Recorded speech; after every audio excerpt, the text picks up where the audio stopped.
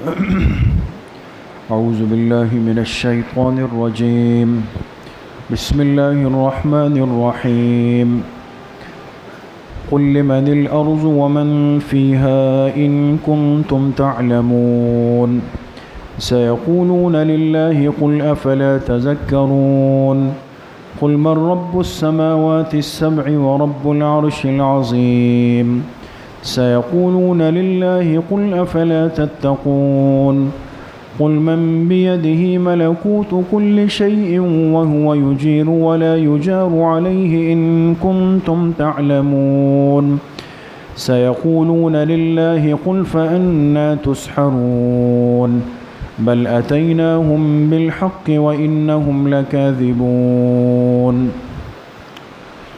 صدق اللہ العظیم۔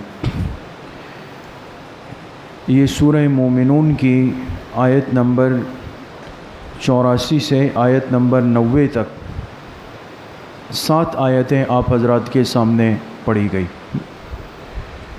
اس سے پچھلے درس میں یہ بات گزری تھی کہ جب انسان میں ضد اور عناد اور نہ ماننے کا مزاج پیدا ہو جائے تو وہ ایک چیز کو واضح طور پہ سمجھنے اور دیکھنے کے باوجود بھی اس کا انکار کرتا ہے، حالانکہ سمجھ رہا ہوتا ہے کہ میں غلط جا رہا ہوں اور میں غلط بول رہا ہوں، غلط فیصلہ کر رہا ہوں، لیکن یہ ضد اور یہ ہٹ دھرمی اور نہ ماننا یہ ایک ایسا برا وصف ہے اور انسان کی عقل اور آنکھوں پر ایسا پردہ ڈال دیتا ہے کہ انسان پھر باوجود سب کچھ سمجھتے اور جانتے ہوئے حق بات کو قبول نہیں کرتا۔ تو پچھلی آیات میں آپ کے سامنے گزرا کہ یہ لوگ آخرت کی زندگی کا، بعث بعد الموت کا، مرنے کے بعد دوبارہ اٹھنے کا، اللہ کے سامنے پیش ہونے کا، ان ساری چیزوں کا انکار کرتے تھے اور کہتے تھے ھذا اساطیر الاولین، یہ تو پچھلوں کی چلتی ہوئی ایک کہانیاں ہیں، ایک بے سند باتیں ہیں، نعوذ باللہ، اس کی کوئی حقیقت نہیں، یہ تو ہم سال ہر سال سے سنتے ہوئے آ رہے ہیں لیکن اس کی کوئی حقیقت نہیں۔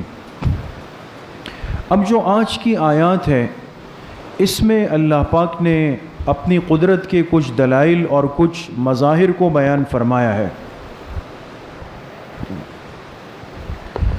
اور ایسے دلائل کہ اگر کسی سے اس کے بارے میں سوال کیا جائے تو وہ اس کو قبول کیے بغیر نہیں رہ سکتا۔ اب 3 دفعہ اللہ پاک نے اپنی قدرت کو ذکر کیا، جو آج کی آیات ہے، 3 چیزوں کو، کہ 3 باتیں ہیں، اس کا سوال ان سے پوچھ لو، یہ کام کس نے کیا، یہ کس نے کیا، یہ کس نے کیا، تینوں دفعہ یہی لوگ جواب دیں گے کہ اللہ پاک نے کیا۔ تو جب اس بات کا اقرار کرتے ہیں تو پھر اس کو قبول کیوں نہیں کرتے کہ اللہ پاک کی ذات یکتا ہے، اور اس کو قبول کیوں نہیں کرتے کہ مرنے کے بعد وہ ہر انسان کو دوبارہ زندہ کرنے پہ قادر بھی ہے۔ ان آیات کا ترجمہ ہے قل لمن الارض ومن فیہا ان کنتم تعلمون، اے میرے حبیب صلی اللہ علیہ وسلم آپ ان سے پوچھ لیں کہ لمن الارض ومن فیہا، زمین کس کی ہے، یعنی کس نے بنائی ہے، ومن فیہا، اور جو کچھ اس زمین کے اوپر ہے، پہاڑ ہے، درخت ہے، دریا ہے، صحرا، جو کچھ ہے وہ کس کا ہے، کس نے بنایا ہے۔ ان کنتم تعلمون، اگر تمہیں اس بارے میں کچھ علم ہے تو تم بتاؤ کہ زمین اور زمین کی چیزوں کو کس نے بنایا۔ سیقولون للہ، اللہ فرما رہے ہیں یقیناً ان کا جواب ہوگا کہ اللہ نے بنایا، اس چیز سے انکار نہیں کرتے۔ قل، تو آپ ان سے کہہ دیجئے افلا تذکرون، پھر تم نصیحت حاصل کیوں نہیں کرتے جب اس بات کو مانتے ہو۔ قل، اے میرے حبیب صلی اللہ علیہ وسلم آپ ان سے پوچھ لیں من رب السماوات السبع، 7 آسمانوں کا رب کون ہے، ورب العرش العظیم، اور عرش عظیم کا رب کون ہے، یہ دوسرا سوال۔ سیقولون للہ، تو یقیناً یہ لوگ جواب دیں گے کہ ساتوں آسمانوں اور عرش کا رب کون ہے؟ اللہ ہے، یہی جواب دیں گے۔ قل، تو آپ ان سے کہہ دیجئے، افلا تتقون، کہ پھر تم ڈرتے کیوں نہیں؟ جب اللہ کو ساتوں آسمانوں کا رب مانتے ہو تو اللہ کا خوف کیوں دل میں نہیں آ رہا؟ قل من بیدہ ملکوت کل شیء، اور اے میرے حبیب صلی اللہ علیہ وسلم آپ ان سے پوچھ لیجئے کہ کس کے اختیار میں ہے ہر چیز کی بادشاہت، کس کے پاس ہے؟ وَهُوَ يُجِيرُ وَلَا يُجَارُ عَلَيْهِ، اور وہ کون سی ذات ہے جو پناہ دے سکتی ہے، اس کے مقابلے میں کوئی پناہ نہیں دے سکتا۔ ان کنتم تعلمون، اگر تمہیں اس بارے میں کوئی علم ہے تو بتاؤ۔ سیقولون للہ، تو یقیناً یہ لوگ جواب دیں گے کہ اللہ ہے۔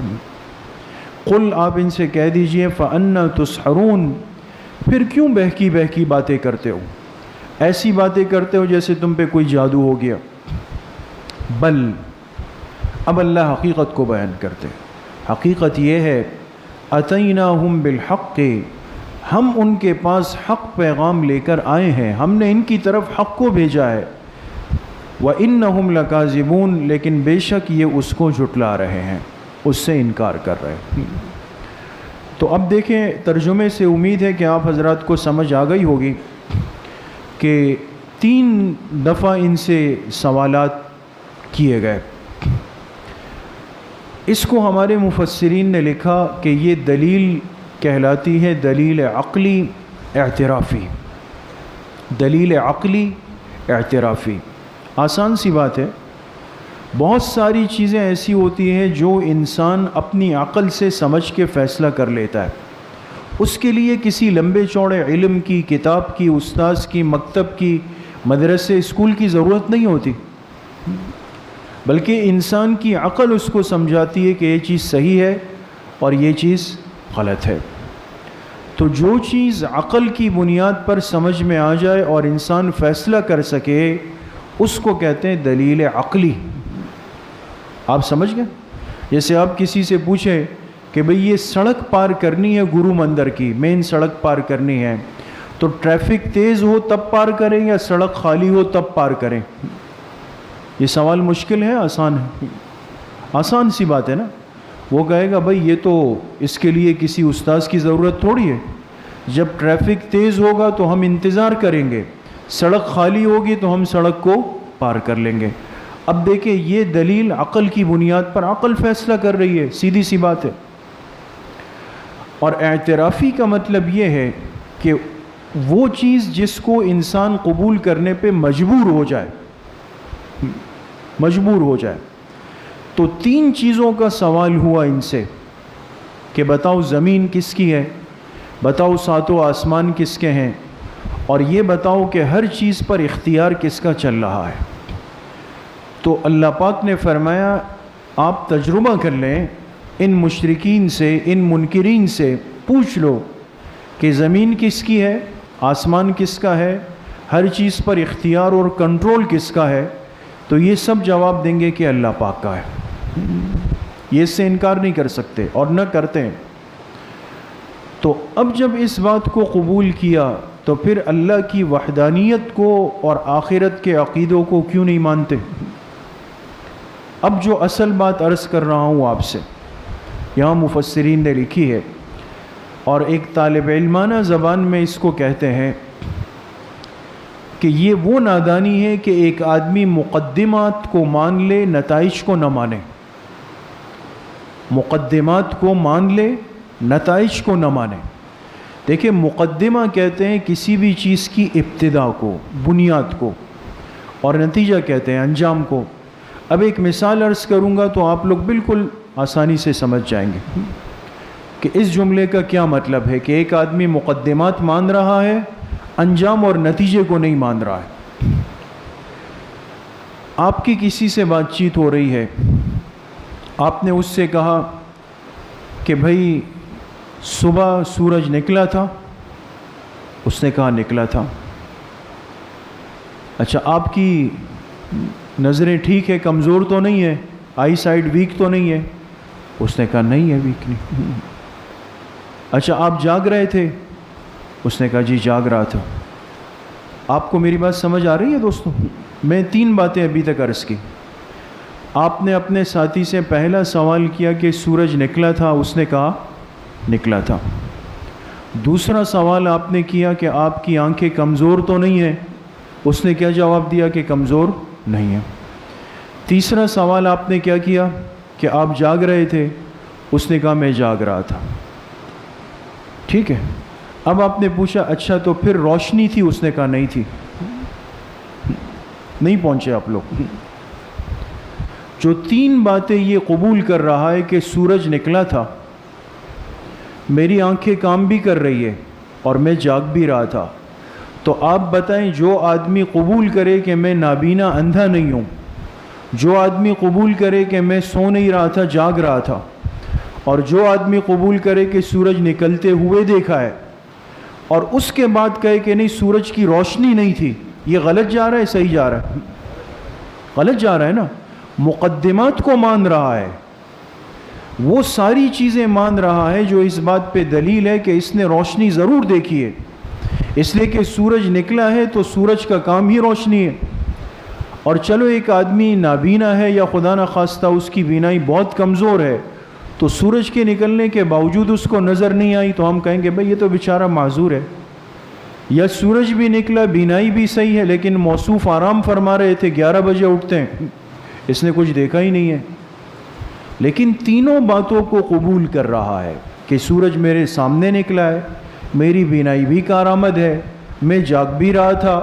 اور جب ہم نے آخر میں نتیجے کا پوچھا کہ روشنی، تو کہہ رہے نہیں روشنی نہیں تھی، اندھیرا تھا. تو عقل کہہ رہی ہے کہ یہ آدمی یا تو پاگل ہے یا جان بوجھ کے ضدی اور ہٹ دھرم آدمی ہے. آپ سمجھ گئے؟ اللہ پاک یہ فرمانا چاہتے ہیں کہ یہ جو لوگ عقیدہ توحید کا، میری ذات کی وحدانیت کے منکر ہے، اور یہ لوگ جو اس بات کا انکار کرتے ہیں کہ میں اللہ اور میری ذات تمام مخلوق کو مرنے کے بعد زندہ کرنے پہ قادر نہیں ہوں، ان کے ان دونوں باتوں کے انکار کی وجہ ان کے پاس کوئی دلیل نہیں، بلکہ ان کی ضد اور ہٹ دھرمی. یہ محض اپنے ضد اور عناد کی وجہ سے انکار کر رہے ہیں. اس لیے کہ جب انہوں نے مان لیا کہ پوری کائنات اور زمین اللہ نے بنائی، اور جب مان لیا کہ 7 آسمان اور عرش اللہ کا ہے، اور جب مان لیا کہ کائنات کی ہر چیز پر اختیار اللہ کا ہے، تو یہ بات کیوں قبول نہیں کرتے کہ وہی اللہ پوری انسانیت کو ان کی قبروں سے دوبارہ زندہ کرنے پہ بھی قادر ہے؟ مقدمات کو مانتے ہیں، نتیجے کو قبول نہیں کرتے. آپ سمجھ گئے؟ یہ ہے. تو انسان کے مزاج میں یہ بات دیکھیں بار بار کئی دروس سے چل رہی ہے کہ کبھی بھی انسان کو اپنا مزاج ضد والا نہیں بنانا چاہیے. جب انسان ضدی ہو جائے نا، ضدی، اس پر حق اور ہدایت کے دروازے آہستہ آہستہ بند ہونا شروع ہو جاتے ہیں.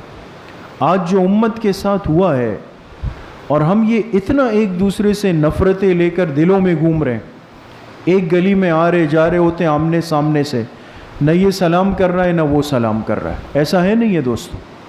نہیں کر رہے ایک دوسرے کو ایک بلڈنگ میں رہتے ہیں ایک دوسرے کو سلام نہیں کرتے.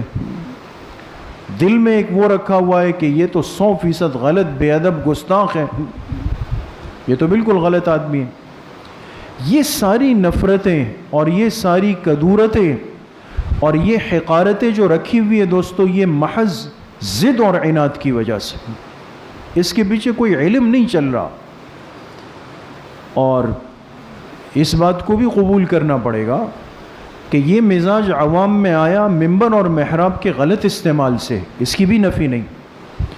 ان اللہ کے بندوں نے جنہوں نے اس مقدس جگہ کو غلط استعمال کیا، اور بجائے اس کے کہ امت جس چیز کی محتاج ہے اور جس چیز کی رہنمائی کی ضرورت ہے، انہوں نے صرف اپنے پیٹ پوجا کے لیے اور دال روٹی کا انتظام صحیح چلانے کے لیے ان موضوعات کو موضوع بحث بنایا، لوگوں کی ذہن سازی کی، اپنی مقتدیوں کی رہنمائی کی کہ ان کے ذہنوں میں ایک عرصے تک ضد کو، عداوت کو، نفرت کو بھر دیا گیا.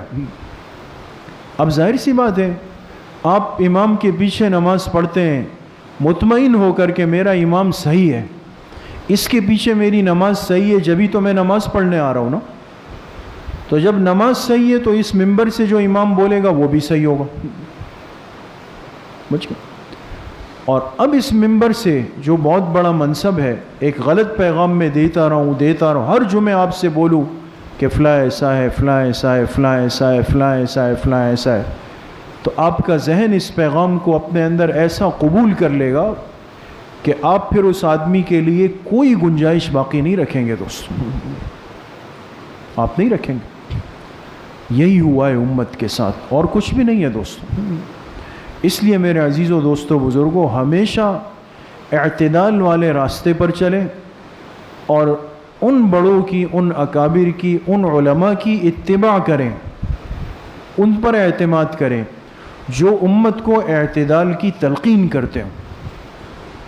جہاں آپ کو محسوس ہو جائے نفرت کی بات، ضد کی بات، عناد کی بات، اور بالکل گنجائش ختم ہے. یعنی اگر آپ غور کریں نا دوستو، بعض دفعہ انسان، ہم مطالعہ کرتے ہیں کتابوں کا، یہی جو کلپ ساتھی بھیجتے ہیں نا، تو محسوس ایسا ہوتا ہے کہ مسلمان ایک محدود گنتی کے رہ گئے، بس باقی سب خدا نخواستہ جو ہے وہ جہنمی ہوگا.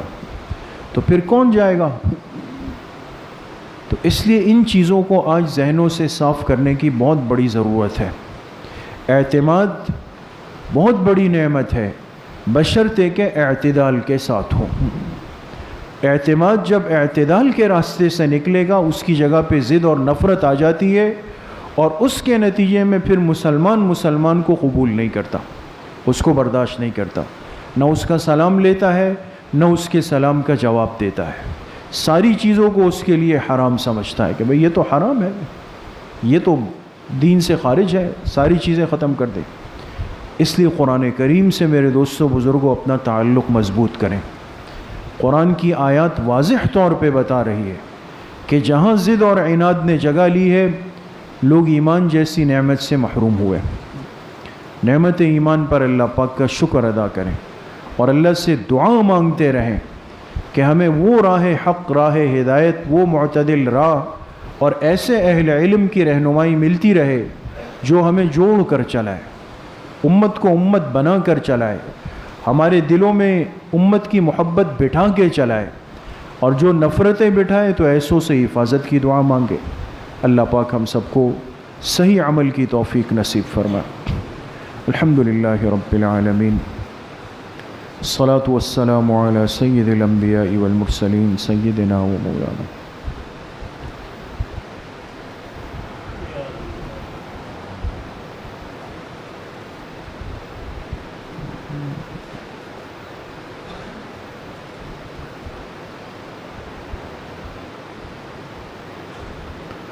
وصلی اللہ وسلم علی نبینا محمد وآلہ واصحابہ اجمعین برحمتک یا